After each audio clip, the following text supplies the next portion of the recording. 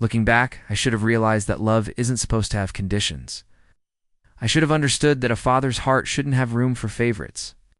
But when you're watching the man who raised you slowly replace you with someone else's children, you tell yourself it's temporary. You convince yourself that blood runs deeper than convenience. You're wrong. Sometimes the people who are supposed to love you unconditionally are the first ones to show you that everything has a price, and sometimes that price is you. Before we jump back in, tell us where you're tuning in from, and if this story touches you, make sure you're subscribed, because tomorrow I've saved something extra special for you. The smell of Jennifer's vanilla candles had completely replaced the scent of my mom's cooking, and somehow that felt like the final nail in the coffin of what our house used to be. I was 22, sitting at what used to be our family dinner table in our house on Maple Street, watching my dad David cut Tyler's steak into perfect little pieces while Madison got the last serving of mashed potatoes. The plate in front of me held the scraps, the burnt edges of the roast that nobody else wanted, but I had learned not to complain. Complaining about anything these days meant I was being ungrateful for the new family dynamic that Jennifer had worked so hard to create. Jennifer had moved in 6 months after she and Dad got married, bringing with her 16-year-old Madison and 14-year-old Tyler, along with enough redecorating ideas to completely erase any trace of my mother from the house where I'd grown up. The family photos that used to line the hallway had been replaced with Jennifer's inspirational quotes about blended families and fresh starts. My mom's favorite reading chair had been donated to charity because Jennifer said it didn't match the new aesthetic. Even the kitchen, where my mom used to make me pancakes every Sunday morning, had been stripped of everything familiar and painted a sterile white that felt nothing like home. Dad seemed different around Jennifer, like he was constantly trying to prove himself worthy of this second chance at family life. He laughed louder at her jokes, nodded more enthusiastically when she talked about her kids' achievements, and somehow managed to forget that he already had a child who had been doing just fine without a replacement mother. In algebra, so Dad spent every evening at the kitchen table helping him with homework, something he had never done for me even when I was failing chemistry my senior year. Madison wanted to take art classes, so Dad immediately signed her up for the expensive weekend workshops at the community center. The same classes I had asked about years earlier only to be told we couldn't afford them. The shift had been gradual. At first, Dad started missing our weekly dinners at Rosie's family diner, the place where he had proposed to my mom and where we had eaten every Sunday since I could remember.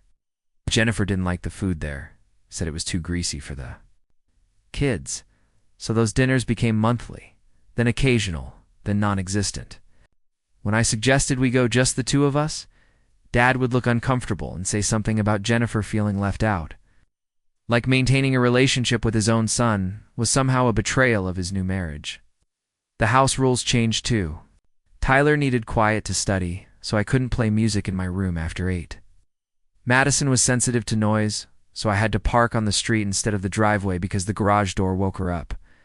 Jennifer thought it would be good for everyone to have more space, so my room got converted into a study area for her kids, and I got moved to the basement.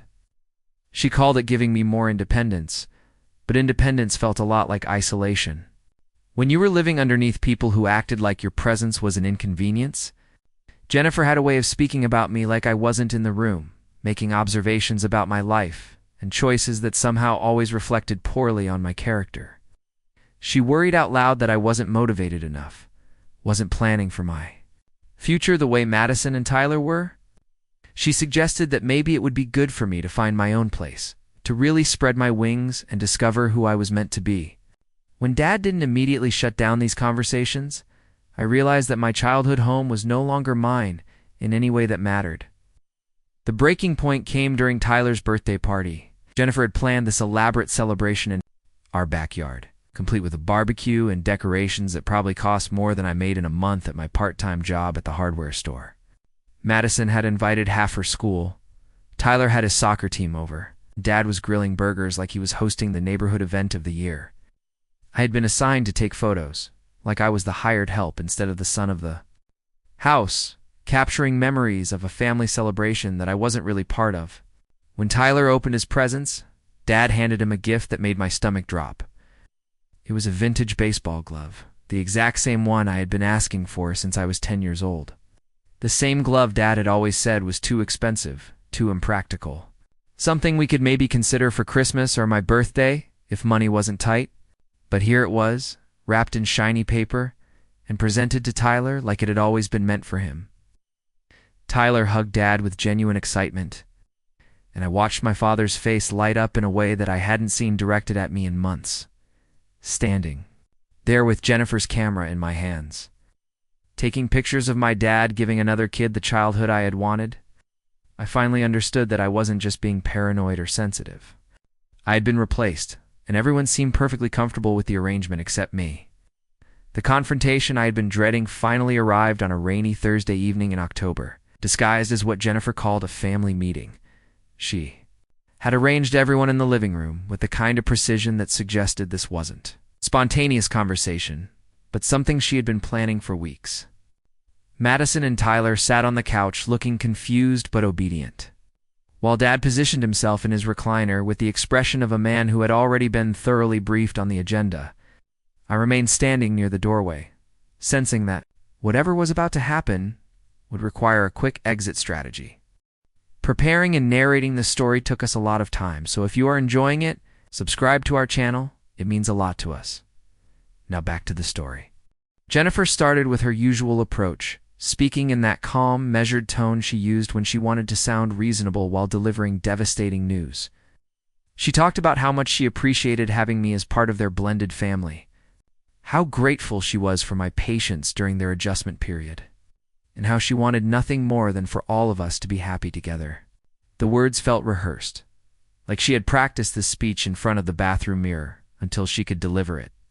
Without revealing any trace of the satisfaction I could see flickering behind her eyes, the conversation took its first sharp turn when she brought up my job at the hardware store, specifically my recent request to switch to weekend shifts so I could take evening classes at the community college. I had mentioned this plan to Dad weeks earlier, thinking he would be proud that I was finally taking steps toward a degree. Instead, Jennifer had somehow twisted this into evidence that I wasn't committed to being part of their family unit. She suggested that my desire to change my schedule was really about avoiding spending time at home, about rejecting the stability and structure she had worked so hard to create for all of us. Dad nodded along as she spoke, and I watched his face for any sign that he remembered our original conversation, any indication that he understood my real motivations. But he was looking at Jennifer with the same attentive expression he wore during Tyler's soccer games, like she was performing something important that deserved his complete focus. When she paused for his input, he cleared his throat and said that he thought it was important for everyone to prioritize family time, especially during Tyler and Madison's crucial teenage years. Jennifer seized on his support like she had been waiting for exactly those words. She expanded on the theme, explaining how Tyler was struggling with the transition to high school and needed positive male role models around the house. She talked about Madison's anxiety issues and how important it was to maintain consistent routines and stable environments for kids who had already experienced the trauma of divorce. Every word was carefully chosen to paint me as the disruptive element, the person whose selfish pursuit of personal goals was threatening the delicate balance she had created. The accusation, when it finally came, was delivered with surgical precision. Jennifer had discovered that money was missing from the emergency fund she kept in the kitchen drawer, cash reserve she maintained for unexpected expenses related to the kids' activities and school needs. She didn't directly accuse me of taking it, but she presented the facts in a way that made any other conclusion seem impossible. The money had been there last week when she paid for Madison's art supplies. It was gone now. Tyler and Madison had been accounted for during the times when someone could have accessed the drawer. I was the only person who had been home alone during the relevant window. Dad's expression shifted as Jennifer laid out her case, and I watched 22 years of trust evaporate in real time. He didn't ask me if I had taken the money. He didn't question Jennifer's timeline or wonder if she might have spent the cash and forgotten about it. Instead, he sat there with his jaw clenched and his hands gripping the armrests of his chair, looking at me like I had confirmed every doubt he had ever harbored about my character. The disappointment in his eyes was so profound that I almost wished he would just scream at me instead of sitting there in wounded silence. Tyler and Madison watched this unfold with the wide-eyed fascination of children witnessing adult drama they didn't fully understand. Madison kept glancing between Jennifer and Dad like she was trying to figure out if she was supposed to say something. Tyler looked genuinely confused, probably because he actually had been in his room doing homework during most of the times Jennifer had mentioned. They didn't know they were watching their stepmother systematically destroy what was left of my relationship with my father, and their innocence somehow made the whole thing feel even more calculated and cruel. When Dad finally spoke, his voice carried a weight that made my chest tighten. He talked about trust and responsibility, about how a family could only function when everyone respected the basic rules of honesty and mutual support. He said he was disappointed that I would jeopardize Madison and Tyler's activities by taking money that had been set aside specifically for their needs. The way he phrased it made it clear that this wasn't just about the missing cash, but about what my alleged theft represented, a fundamental selfishness that threatened everything Jennifer had built. Out. Jennifer watched Dad deliver this lecture with the satisfied expression of someone whose plan was unfolding exactly as intended. She added her own commentary about second chances and natural consequences, about how sometimes the people we love most are the ones who hurt us deepest. She spoke about the difficulty of blending families and the importance of everyone making sacrifices for the greater good. Every word was designed to reinforce the narrative she had constructed, the story where I was the problem that needed to be solved. The meeting concluded with Jennifer's suggestion that perhaps it would be best for everyone if I found somewhere else to live for a while, just until we could all figure out how to move forward as a family. She presented this as a temporary measure, a cooling-off period that would give everyone space to heal and reflect. But the way she looked at Dad when she said it, and the way he nodded without meeting my eyes, made it clear that this separation was intended to be permanent. They had decided that their version of family happiness required my absence, and they had manufactured the justification they needed to make that happen. Dad stood up from his recliner with the deliberate movements of a man who had made an irreversible decision, and I knew before he even opened his mouth that whatever came next would change everything between us forever. The silence in the room felt thick and suffocating, broken only by the steady drumming of rain against the windows and the distant hum of the refrigerator cycling on in the kitchen. Jennifer sat perfectly still on the edge of the couch, her hands folded in her lap like she was attending a church service, but I could see the anticipation flickering across her features. She had orchestrated this moment with the patience of someone who understood that destroying a relationship required careful timing and the right audience. When Dad finally spoke, his voice carried an unfamiliar coldness that made me feel like I was talking to a stranger wearing my father's face. He said that he had given this situation a lot of thought over the past few weeks, that he had been watching my behavior and noticing patterns that concerned him. The way he talked made it sound like he had been conducting some kind of scientific study of my character, collecting evidence of my inadequacies while I lived my life completely unaware that I was being evaluated. He mentioned my irregular work schedule, my reluctance to participate in family activities, and what he called my general attitude of entitlement around the house.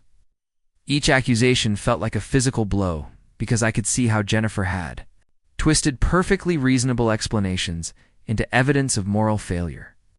My irregular work schedule was actually me picking up extra shifts to save money for college classes. My reluctance to participate in family activities was really my growing discomfort with being treated like an outsider in my own home. My attitude of entitlement was apparently my expectation that I should be treated with the same consideration as Tyler and Madison, rather than like a problematic house guest who had overstayed his welcome. Dad continued his speech with the methodical precision of someone reading from a prepared script, and I realized that Jennifer had been coaching him through this conversation long before tonight's family meeting. He talked about the importance of creating a stable environment for Tyler and Madison, about how their emotional well-being had to be the priority during this delicate transition period, explained that blended families required extra effort and compromise from everyone, and that my recent actions suggested I wasn't willing to make those sacrifices for the greater good of their new family unit. The missing money became the centerpiece of his argument, the concrete evidence that proved I had crossed a line from which there was no return. Dad didn't just accuse me of theft, painted it as a betrayal of the most fundamental kind, a violation of the trust that held families together. Talked about how hard Jennifer worked to manage the household expenses and coordinate the kids' activities, how she had gone out of her way to include me in their plans and make me feel welcome. The fact that I would repay her kindness by stealing from her emergency fund showed a level of selfishness and disrespect that he simply couldn't tolerate. Tyler shifted uncomfortably on the couch during this lecture, his eyes darting between Dad and me, like he was trying to solve a puzzle with missing pieces. Madison kept staring at her hands, and I wondered if she was feeling guilty about something or just uncomfortable with the tension crackling through the room. Neither of them had been asked to contribute to this conversation, but their presence served as silent witnesses to my disgrace, living proof of the family Dad was choosing to protect by removing me from the equation. The formal announcement of my exile came wrapped in language about personal growth and finding my independence. Dad suggested that maybe it was time for me to discover who I was outside the context of family support, to learn how to stand on my own 2 feet and build a life that reflected my own values and choices. He made it sound like he was doing me a favor by forcing me out, like this abandonment was actually a gift that would ultimately make me stronger and more self-reliant. Jennifer nodded along with every word, occasionally adding her own commentary about the importance of young adults learning to take responsibility for their decisions. She spoke about how much she had enjoyed getting to know me over the past year, how she hoped this temporary separation would give everyone a chance to reflect and grow. The way she emphasized the word temporary made it clear that she considered my departure to be anything but temporary, and her barely concealed satisfaction suggested that this outcome had been her goal from the moment she moved into our house. Dad pulled out his wallet and counted out $200 in cash, placing the bills on the coffee table like he was paying for services rendered. He said this would give me enough money to find a place to stay while I figured out my next steps, and that he would help me collect my belongings tomorrow morning when everyone was out of the house. The gesture felt both generous and insulting, like he was trying to buy off his guilt while simultaneously making it clear that I was now a financial transaction rather than his son. The conversation concluded with Dad's attempt to frame this banishment as a natural progression rather than a devastating rejection. He talked about how proud he was of the young man I had become, how confident he felt about my ability to succeed on my own. He said that every parent eventually had to let their children go, and that maybe this was just happening sooner than either of us had expected. The words sounded hollow and rehearsed, like he was trying to convince himself as much as me that this decision was motivated by love rather than convenience. Jennifer stood up from the couch with the fluid grace of someone who had just completed a complex performance, smoothing down her sweater and suggesting that perhaps it would be best if we all got some rest before dealing with the practical details. Tomorrow, she ushered Tyler and Madison toward their rooms with gentle efficiency, leaving Dad and me alone in the living room with the weight of 22 years hanging between us like something broken that could never be repaired. I looked at my father, really looked at him, searching for any trace of the man who had taught me to ride a bike and helped me with my science projects and held me when I cried after Mom died.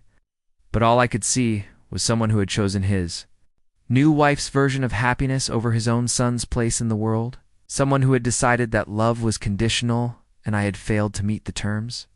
The sound of my footsteps echoing through the house felt unnaturally loud as I made my way down to the basement that had served as my bedroom for the past 8 months. Each step carried the weight of finality, the understanding that I was about to pack up 22 years of my life into whatever bags I could find and walk away from the only home I had ever known. The basement felt even more cramped and unwelcoming than usual, with its low ceiling and narrow windows that barely let in enough light to see properly during the day. Now in the harsh glare of the overhead bulb, it looked exactly like what it was, a place where unwanted things got stored and forgotten. I pulled my old duffel bag from under the bed and started throwing clothes into it without any real system or care. T-shirts mixed with jeans, socks scattered between sweaters. Everything compressed together in a chaotic mess that somehow felt appropriate for the chaos Jennifer had made of my entire existence. My hands shook slightly as I worked, though whether from anger or devastation, or just the adrenaline of having my world turned upside down, I couldn't say. The physical act of packing gave me something to focus on besides the conversation that had just unfolded upstairs, something concrete to do with the energy that was coursing through my body like electricity looking for somewhere to ground itself. The hardest part was deciding what to take and what to leave behind. Most of my belongings felt meaningless in the face of what had just happened, but there were a few things that carried too much emotional weight to abandon. I grabbed the framed photo of my mom and me from her last birthday, the one where she was wearing that ridiculous party hat I had bought her and laughing at something I had said. The picture had been relegated to my nightstand after Jennifer's redecorating project. It's deemed incompatible with the new family aesthetic. But it was one of the few physical reminders I had left of what happiness used to look like in this house. My laptop went into the bag next, along with the charger and the few textbooks I had managed to buy for the community, college classes I had been planning to take. The irony wasn't lost on me that Jennifer had used my educational ambitions as evidence of my disloyalty to their family. When all I had wanted was to better myself and maybe make Dad proud, now those same books felt like artifacts from a future that had been stolen from me. Dreams that had been deemed incompatible with Tyler and Madison's need for stability and attention. Upstairs, I could hear the murmur of voices as Jennifer debriefed her children on what had just transpired. Her tone was soothing and explanatory. It's probably spinning the story in a way that made her look like the reasonable adult dealing with a difficult situation. I wondered what version of events Tyler and Madison were hearing, whether they were being told that I had chosen to leave, or that I had been caught stealing and couldn't be trusted anymore. Either way, they would remember this night as the beginning of their real family life. The moment when the last obstacle to their perfect blended household had been removed. The $200 Dad had left on the coffee table felt like both a lifeline and an insult as I folded the bills into my wallet. It was enough money to survive for a week or two if I was careful, enough to buy me time to figure out where to go and what to do next.